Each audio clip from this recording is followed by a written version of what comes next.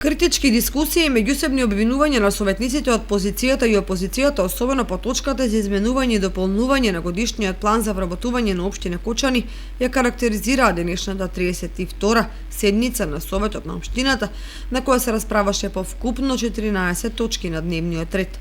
За советниците од опозицијата планираните вработувања се предизборно мотивирани и додатно ги оптоваруваат буџетите, како на општината, така и на јавните предпријатија и институциите. Во планот се планира до 31 декември да се вработат 7 нови позиции. Во интерес на граѓаните на општина Кочани, сакам да ги прочитам тие позиции од планот.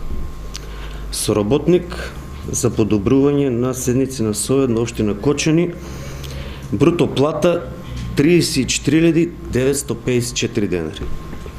Втора работна позиција, соработник за финансиско-сметководствени работи. Бруто плата 34.954 денари. Трета работна позиција, која ќе биде исто пополнета до 31 декември оваа година, советник за урбанистичко просторно планирање, едно работно место, бруто плата за еден месец 39.009 денари. Четврта работна позиција, советник за одобрение за градба и одобрение за употреба. Бруто плата 39.000 денари. Пето работно место е комунален редар со бруто плата од 24.000 денари. Шесто работно место е советник за образование со бруто плата од 39.000 денари. И седмо работно место кое ќе биде пополнето до 31 декември е архивар со 24.000 денари бруто плата.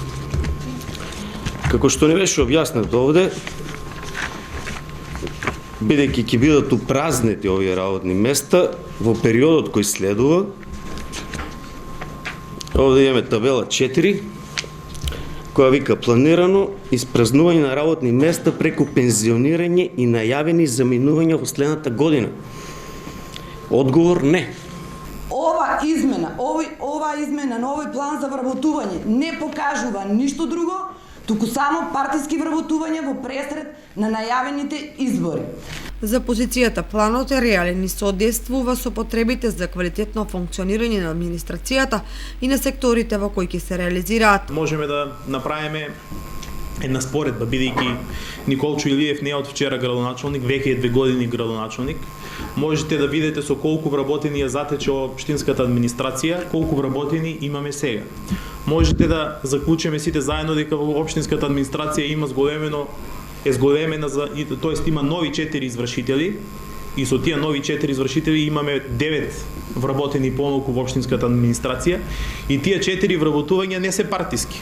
И вие самите сте сведоци за кои лица и за какви лица станува збор. Инаку советниците едногласно ја усвоија декларацијата против говорот на омраза и ширење лажни вести и дезинформации, која ви ја пренесуваме во целост. Оваа декларација е резултат на состојбата и случувањата на социјалните мрежи и на согледувањата за експанзија на лажните вести, дезинформации, навредите, клеветите и омаловажувањата упатени на различни адреси, поединци и институции. Имајќи ја предвид чувствителноста на престојниот предизборен период, а со цел да се спречи ширењето говорот на омраза и на дезинформирање, предлагаме Советот на општина Кочани да прифати, донесе, усвои декларација против говорот на омраза и ширење лажни вести и дезинформација.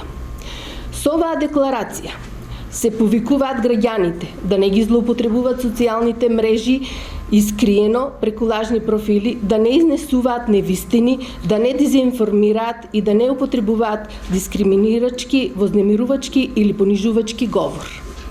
Со оваа декларација ги повикуваме надлежните органи, Министерството за внатрешни работи, Основното јавно обвинителство и Комисијата за заштита од дискриминација да пристапат кон откривање на лажните профили на социјалните мрежи и кон сите што шират омраза и клевета. Советниците изгласаа и повеќе предлог програми, планови и одлуки од значење на општината и граѓаните.